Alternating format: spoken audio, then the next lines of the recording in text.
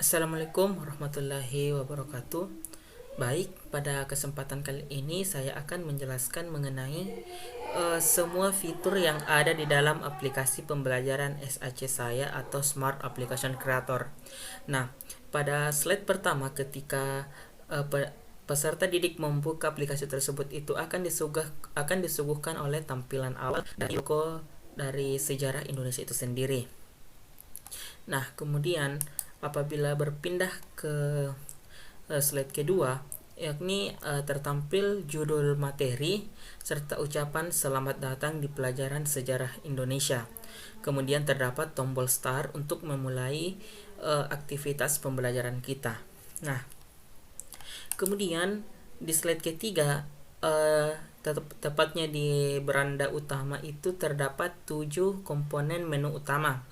Nah, yang pertama standar kompetensi, kemudian yang kedua pengantar materi, kemudian yang ketiga materi, yang keempat kuis, yang kelima pengembang, keenam dosen pengampu, dan yang terakhir penutup. Nah, pada menu ini setiap 7 menu apabila dipencet itu akan mengarah ke slide yang dipencet tersebut. Semisal dipencet standar kompetensi itu akan mengarah ke slide standar kompetensi itu sendiri. Kemudian apabila kita ingin langsung ke menu kuis, bisa dengan cara diklik menu kuis ini, maka otomatis akan berpindah ke slide menu kuis. Nah, kemudian slide yang ketiga yakni mengenai standar kompetensi. Nah, di dalam standar kompetensi ini itu ada disuguhkan berbagai macam tombol. Nah, tombol yang pertama yaitu tombol yang bisa menonaktifkan musik. Kemudian tombol untuk ke slide sebelumnya. Nah, kita lanjut ke slide berikutnya, yakni slide atau menu materi pengantar materi. Nah, di dalam menu pengantar materi ini disuguhkan juga tombol untuk menonaktifkan musik dan tombol untuk ke menu sebelumnya. Kemudian di slide yang kelima, tepatnya di menu materi, terdapat juga 5 materi pilihan, yakni yang pertama Jepang bertekuk lutut, kemudian materi yang kedua peristiwa Rengas Dengklok, materi yang ketiga perumusan teks proklamasi, materi keempat proklamasi berkumandang, dan materi kelima dukungan dari berbagai lapisan. Nah, di dalam menu ini juga terdapat sub-sub menu yang apabila diklik maka otomatis akan berpindah ke sub menu yang kita pilih. Semisal saya pilih bagian perumusan teks proklamasi, maka otomatis akan berpindah ke submenu perumusan teks proklamasi. Nah, di sini juga disuguhkan tombol untuk kembali ke menu awal. Nah, kemudian di slide ke-6 yakni sub-sub menu materi itu yang pertama Jepang bertekuk lutut. Nah, di dalam menu ini ada disediakan 2 video yang dimana apabila diklik kedua video ini maka otomatis akan diarahkan ke YouTube. Nah, selain video di sini juga terdapat animasi dan tombol untuk kembali ke menu sebelumnya.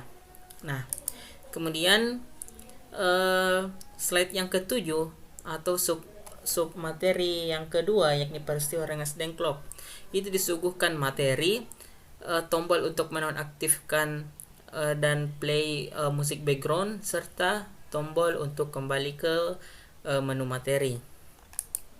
Kemudian di slide ke-8 sub menu yakni perumusan teks proklamasi itu disuguhkan video, kemudian animasi, lalu tombol kembali dan tombol untuk menonaktifkan musik background. Nah, kemudian slide yang ke-9 masih tetap di sub materi. Yang keempat yakni proklamasi berkumandang disuguhkan materi, video tambahan, tombol untuk menonaktifkan musik background, dan tombol kembali ke halaman berikutnya. Kemudian sub materi yang kelima yakni dukungan dari berbagai lapisan disuguhkan materi, animasi, tombol on off musik, dan tombol kembali ke menu materi. Nah, kemudian kita masuk ke slide quiz. Nah, di mana di dalam slide quiz ini sebelum masuk mengerjakan soal, maka disuguhkan petunjuk kuis yang dimana ada 4 petunjuk kuisnya, kemudian disuguhkan tombol next atau mengerjakan soal, lalu tombol menonaktifkan musik atau on off musik background. Nah, kemudian kita masuk ke kuis atau latihannya. Nah, di tampilan kuis ini ketika siswa menjawab atau mengklik salah satu jawaban dari A sampai D, itu otomatis akan diberikan skor dengan skor yakni 10 poin. Nah, apabila siswa tersebut menjawab benar, maka otomatis akan diberi centang dan papan skor di sini akan bertambah menjadi 10 poin. Nah, sebaliknya apabila peserta didik menjawab salah atau mengklik jawaban yang salah, maka akan muncul animasi tanda silang, kemudian skor akan tetap sama atau tidak berkurang, tetapi tidak bertambah.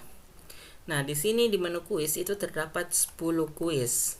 Nah, kemudian apabila siswa telah mengerjakan semua kuis, maka di akhir slide kuis itu terdapat kunci jawaban atau jawaban yang benar setiap soal, dan terdapat papan skor yang dimana diakumulasikan dari jawaban benar dan jawaban salah di akhir slide ini. Maka kita dapat melihat kualitas dari kemampuan siswa tersebut dilihat dari skor akhirnya.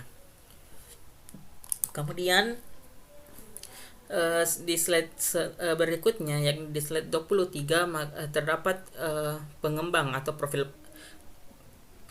profil pengembang yang disuguhkan foto dari kedua pengembang tersebut, kemudian tombol ke menu berikutnya. Nah, di menu berikutnya, tepatnya di menu dosen pengampu, itu terdapat atau disuguhkan 3 foto dari dosen pengampu tersebut. Kemudian disuguhkan juga tombol next ke menu selanjutnya. Nah, kita beralih ke slide terakhir atau slide yang ke-25. Nah, di slide ke-25 ini disuguhkan kata-kata yakni selamat Anda telah menyimak materi dan mengerjakan soal-soal yang telah diberikan. Semoga hasilnya memuaskan. Sampai jumpa di pertemuan selanjutnya. Nah, selain ucapan akhir, disuguhkan juga tombol untuk keluar aplikasi, yang dimana di tombol exit ini akan diarahkan ke menu awal atau beranda awal.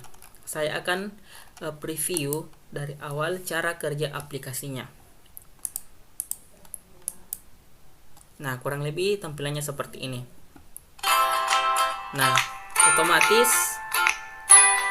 otomatis pada saat kita buka di Android, maka musik background akan otomatis play. Saya klik tombol start, maka akan diarahkan ke menu utama atau beranda utama. Nah, saya klik di bagian standar kompetensi. Nah, otomatis akan berpindah ke standar kompetensi. Nah, semisal saya ingin pause untuk musik backgroundnya, saya klik di bagian pojok kanan atas. Nah, apabila saya klik, maka otomatis musiknya akan berhenti. Nah, apabila saya klik lagi untuk play, otomatis musiknya akan play kembali. Nah, kurang lebih seperti itu. Saya ingin kembali ke menu sebelumnya. Nah, klik tanda panah pojok kiri.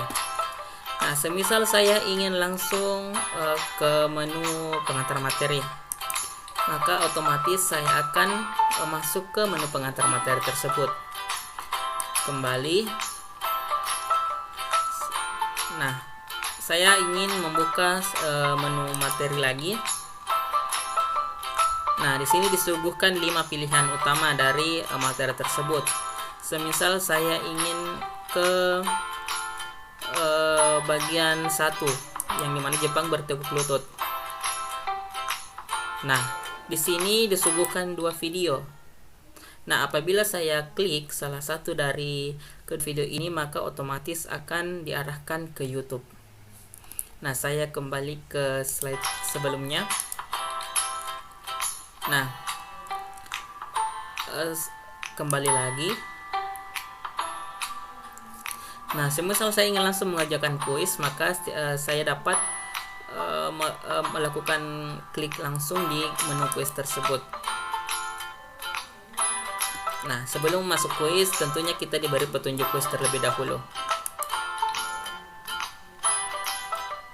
Nah, semisal di sini saya menjawab jawaban yang benar, maka akan diberikan tanda centang skor 10 dan otomatis akan berpindah ke soal sebelumnya. Nah, semisal saya menjawab pertanyaan yang salah, maka akan diberikan tanda silang dan skor tetap menjadi 10.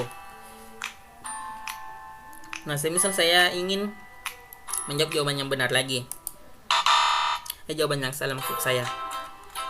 Nah, kemudian apabila saya menjawab jawaban yang benar, maka otomatis skor akan bertambah menjadi 20 lagi. Contohnya ini.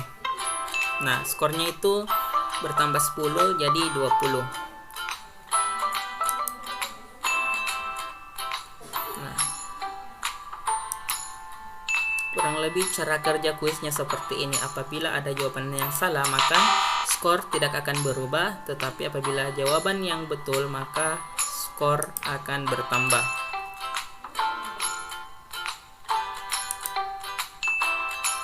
Nah, jadi siswa tidak akan bisa menjawab 2 kali karena apabila sudah diklik, maka otomatis akan berpindah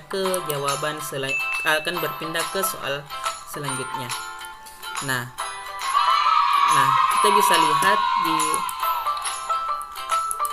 kita bisa lihat di bagian menu kuis yang terakhir disuguhkan kunci jawaban dan akumulasi skor akhir. Berarti saya tadi menjawab 7 soal benar dan 3 jawaban yang salah. Nah, saya ke slide selanjutnya, langsung disuguhkan menu pengembang dan dosen pengampu. Nah, inilah slide terakhir atau slide penutup. Apabila saya klik exit, maka otomatis akan berpindah ke slide awal. Nah, mungkin hanya itu. Kurang dan lebihnya mohon dimaafkan. Wabillahi taufiq wal hidayah. Wassalamualaikum warahmatullahi wabarakatuh.